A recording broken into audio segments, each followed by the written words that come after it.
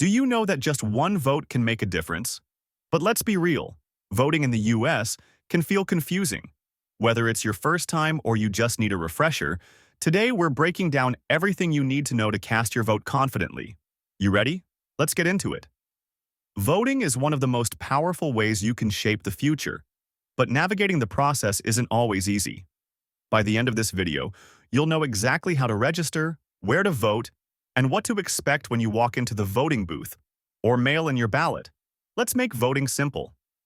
So, why is voting in the US sometimes such a hassle? Well, each state has its own rules. That means everything from registration deadlines to ID requirements can vary. On top of that, there are different ways to vote, like in-person, absentee, and early voting, and each comes with its own steps. But don't worry. We're going to go through each one step by step, so you'll know exactly what to do. Step 1. Registering to vote. First up, you have to register. In most states, you can do this online, by mail, or in person at places like the DMV or a local election office. If you're not sure if you're already registered, you can check on websites like vote.org. The key here? Don't wait. Deadlines sneak up fast, and in some states, you need to register 30 days before an election. Step 2. Choosing a voting method. Once you're registered, it's time to pick your voting method. In-person voting is the traditional way. Just show up to your local polling place on election day.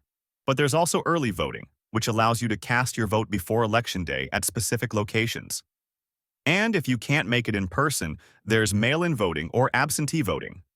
Some states will send you a ballot automatically, while others require you to request one. Step 3. Prepping for election day. So now you're registered, and you know how you're voting. Let's talk prep.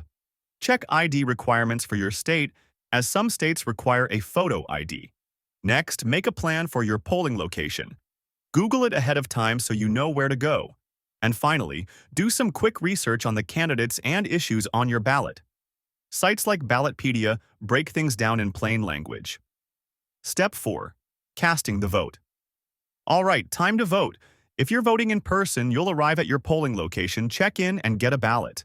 Follow the instructions closely and take your time. There's no rush. For mail-in voters, make sure your ballot is complete, signed where needed, and sealed. Don't forget to check postage, too. A missing stamp or a signature in the wrong place could mean your vote doesn't count. Picture this. You've cast your vote, and your voice is officially counted. It's a powerful feeling.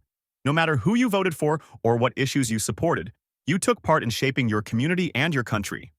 To recap, voting starts with registering, choosing how you want to vote, preparing for election day, and then, finally, casting your vote. Each step is simple when you break it down. And remember, every single vote counts, even yours. If you found this helpful, hit subscribe, and let's keep empowering each other to make a difference.